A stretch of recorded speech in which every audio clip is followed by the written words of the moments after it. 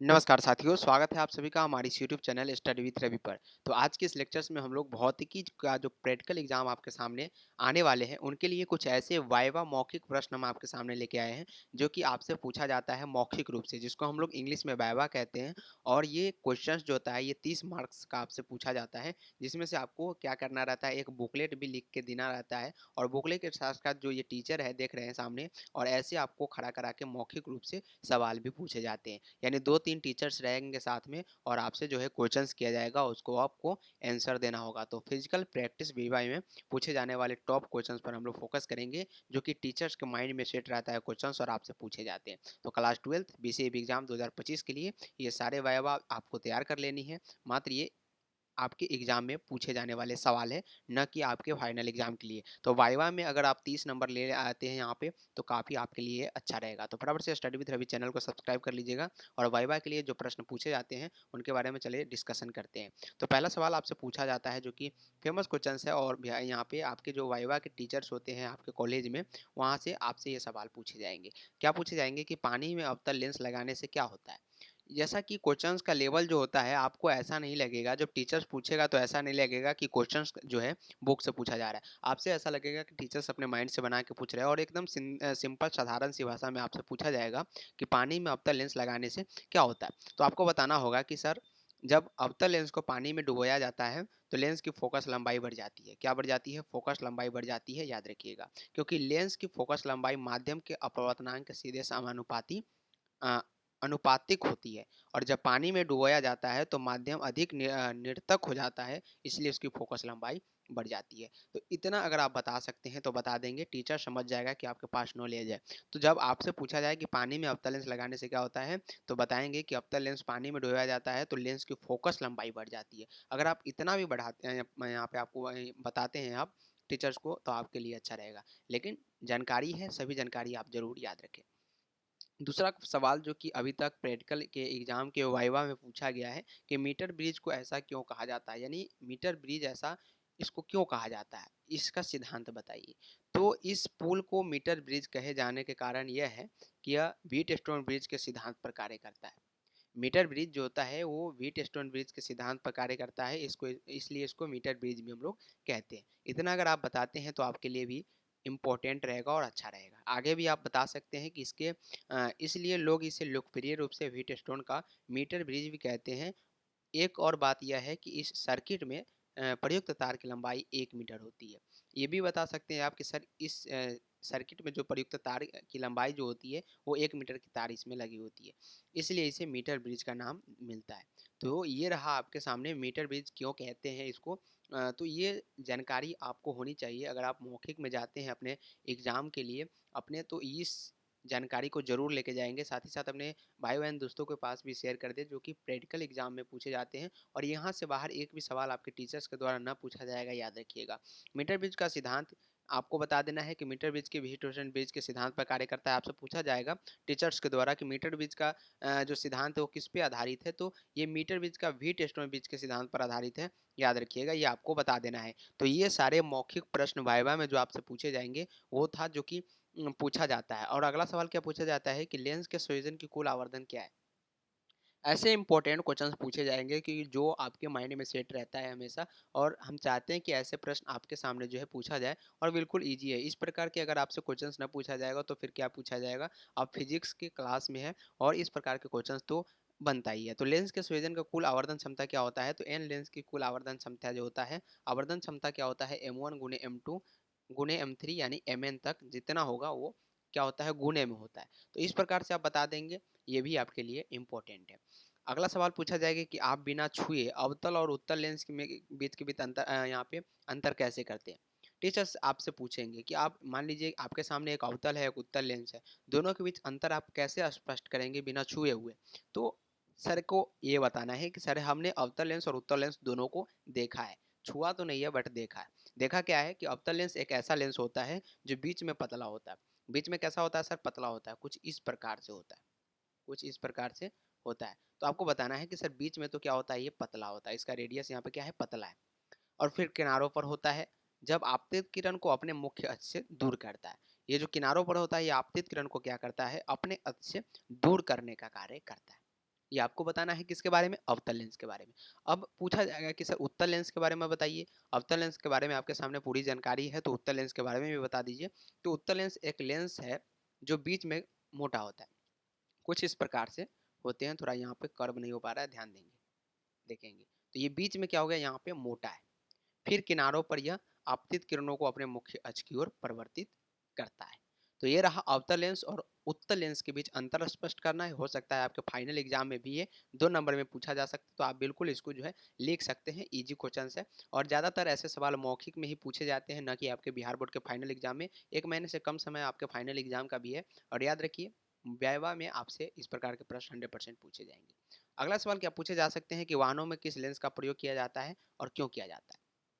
ये important questions VVI आपके viva के लिए रहेगा।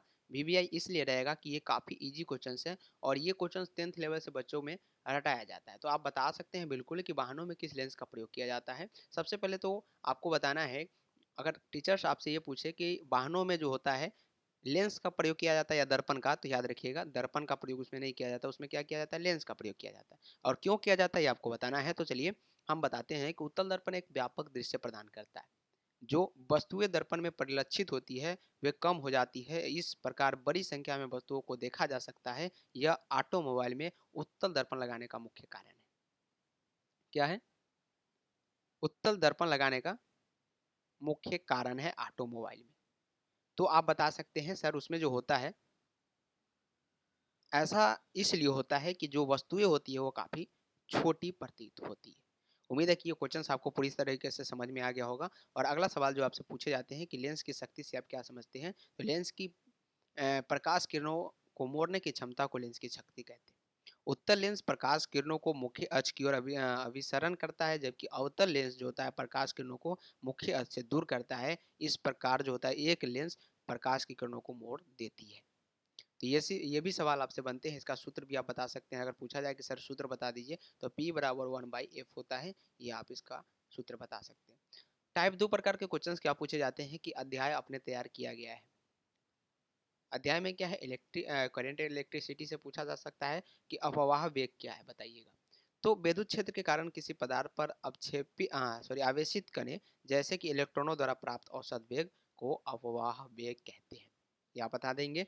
ईएमएफ क्या है, ईएमएफ ये काफी इजी आपके लिए होता है। ईएमएफ क्या है, तो ये भी आप बता सकते हैं कि सर ईएमएफ जो है इलेक्ट्रोमैग्नेटिक बल को वैद्युत रासायनिक सेल द्वारा या चुंबकीय क्षेत्र को बदलकर उत्पादित वैद्युत क्षमता के रूप में परिभाषित किया जाता है। उसको हम ईएमएफ बोलते हैं। सॉरी। नेक्स्ट क्वेश्चन क्या पूछे जाते हैं आपके वाइवा में कि संभावित अंतर क्या है। संभावित अंतर क्या है, तो वोल्ट में मापी गई इकाई धनात्मक आवेश को एक बिंदु से दूसरे बिंदु तक स्थानांतरित करने में जो कार्य करना होता है उसको हम लोग संभावित अंतर बोलते हैं। अपवाह वेग और बलाघूर्ण विश्राम समय के बीच संबंध बताना है आपको। तो आप बता सकते हैं कि अपवाह वेग जो होते हैं वो चालक में रहने वाले आवेश का औसत वेग है। तो हम कह सकते हैं कि बहाव वेग विश्राम समय के सीधे अनुपातिक है, जिसका अर्थ है जैसे जैसे बहाव वेग बढ़ता है विश्राम का समय भी बढ़ता है। और इसके विपरीत चार्ज होने के कारण टकराव के बीच तेजी लाने में अधिक समय लगता है। ये भी बता देंगे। और ये क्वेश्चंस अलग टाइप का है जो आपसे पूछा जा सकता है सिंपल वे में, जो कि डाटाबेस रहता है कि वर्नियर कैलिपर की अल्पतम संख्या कितनी होती है। तो ये आपको बता देना है कि सर 0.01 सेंटीमीटर होती है। अगला सवाल आपसे फर्दर पूछा जाएगा सेकेंडों में कि पेंच धुंध की कम से कम गिनती कितनी है, तो 0.001 सेंटीमीटर।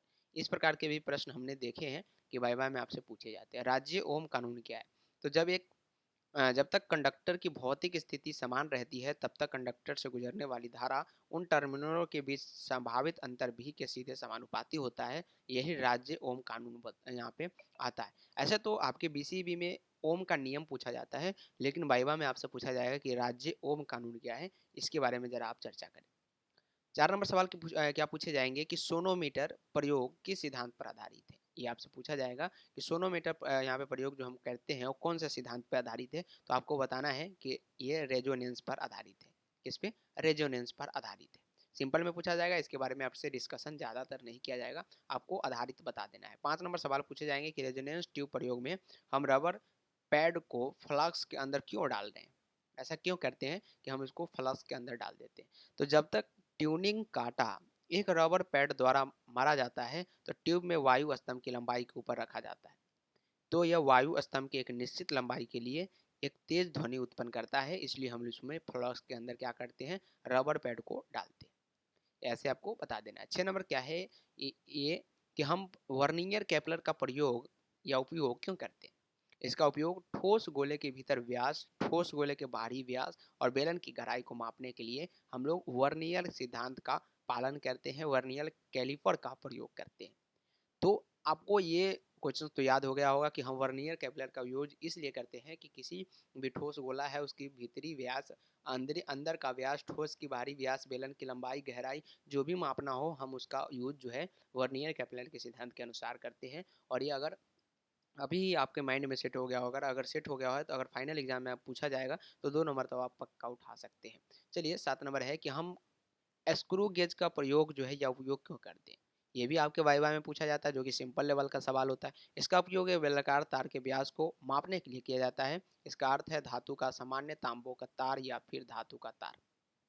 हुक का नियम क्या है, ये भी पूछा जाएगा। सर हुक का नियम बता दीजिए। तो लोचदार सीमा के भीतर शरीर को दिया गया तनाव शरीर में देखे गए तनाव के सीधे आनुपातिक होता है, या बस आप कह सकते हैं कि तनाव सीधे तनाव के समानुपाती होता है, इसलिए हम हुक का नियम का पालन करते हैं।